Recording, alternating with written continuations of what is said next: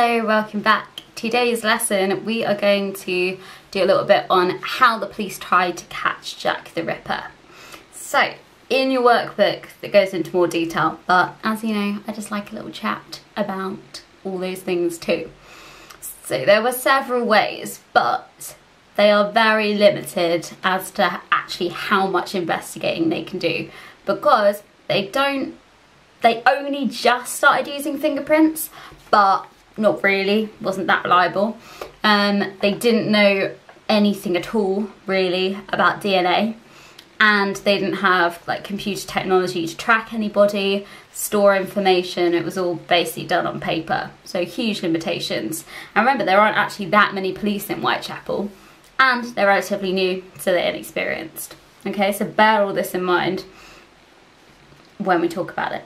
Okay, so the first one is direct leads. So if you say you're a policeman, you're interviewing somebody and they're like, oh, I saw Polly Nichols on Flower and Dean Street at midnight. So you would go to Flower and Dean Street, you would try and search for any clues. Or if somebody said, oh, I saw a man in a black cloak wandering around looking dodgy, and then you might question them to find out more about it. Where did he go? What does he look like? So direct leads from your conversations with people. And the next one is the post-mortem. So basically when the body is found, it doesn't matter how you die, if it's a murder or just you die of natural causes, there'll be a post-mortem carried out on the body to find out how you died. So it was fairly obvious how the victims of Jack the Ripper died, because they died in similar ways. There was rumours that Jack the Ripper was a butcher or possibly a doctor, and that because he knew anatomy, he knew the whereabouts of things in the body. So like people were found with their livers removed or their throats cut, so it was pretty obvious how they died. But say somebody's found with their throat cut, you're not going to start looking for somebody with who's been poisoning people. You're not going to start looking for somebody who carries a gun. Okay, you're going to look for somebody with a knife. Okay, blood evidence. The next one is the press. Now, the poor police had a terrible time with the press. You can imagine, remember, Victorians are obsessed with crime. You can imagine the press went crazy. So they're all reporting about it in the illustrated news, which we can talk about later. But illustrated newspapers were a thing, because not a lot of people could read.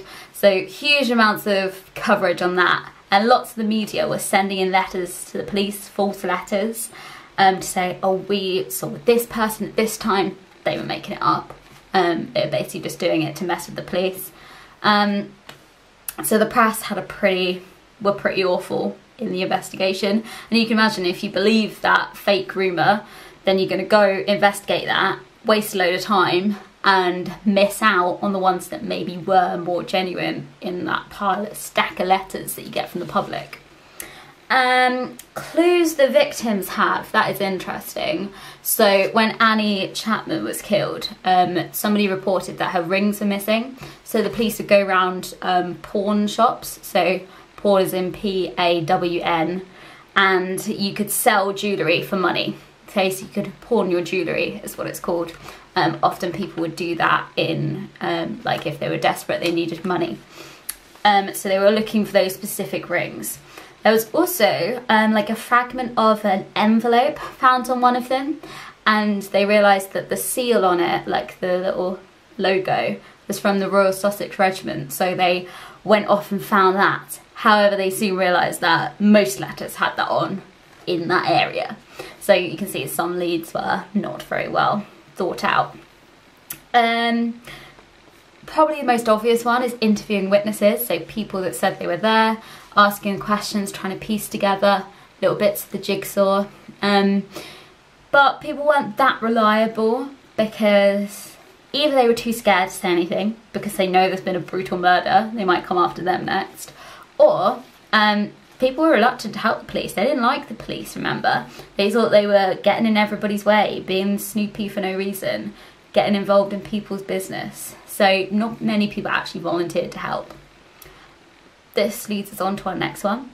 So the police were not able to give out money as a reward, But what they did know is that lots of people were very poor, lots of people were starving, so they opened up soup kitchens, and they were basically saying, if you can give us some good information on these murders, we'll give you a hot meal, you can come to the soup kitchen.